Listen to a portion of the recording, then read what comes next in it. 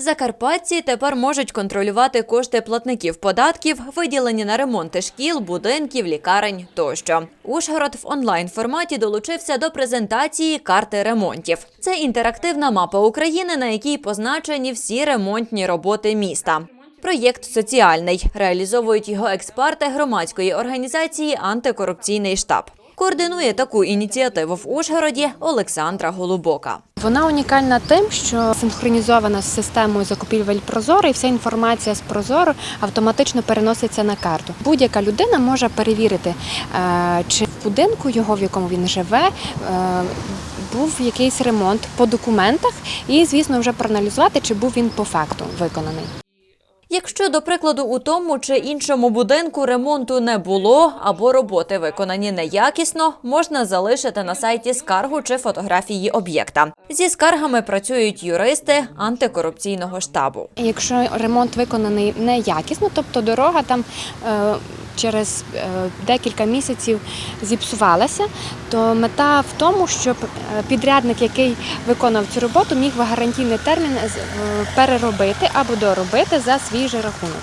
Тобто, щоб бюджет не постраждав в цьому плані і люди, звісно ж, виграли, тому що кожен зацікавлений в тому, щоб будинок, в якому він, наприклад, живе і на якого виділилися кошти, був дійсно там цей ремонт зроблений. Ми, коли почали аналізувати корупційні речі в нашій країні, ми зрозуміли, що найбільше розкрадань є на тендерах, пов'язаних з ремонтними роботами у сфері житлово-комунального господарства.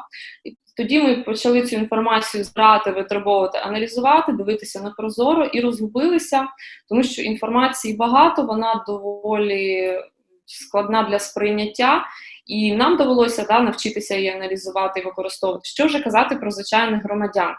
Платформа діє в різних містах Закарпаття. Координатори проєкту є наразі лише в Ужгороді, Мукачеві та Хусті. На презентації експерти антикорупційного штабу повідомили, що в Ужгороді за останні 3 роки було укладено понад 1000 договорів на проведення ремонтних робіт і витрачено близько 725 мільйонів гривень. Озвучили на онлайн-презентації також об'єкти, на ремонт яких витрачено найбільше коштів в Ужгороді.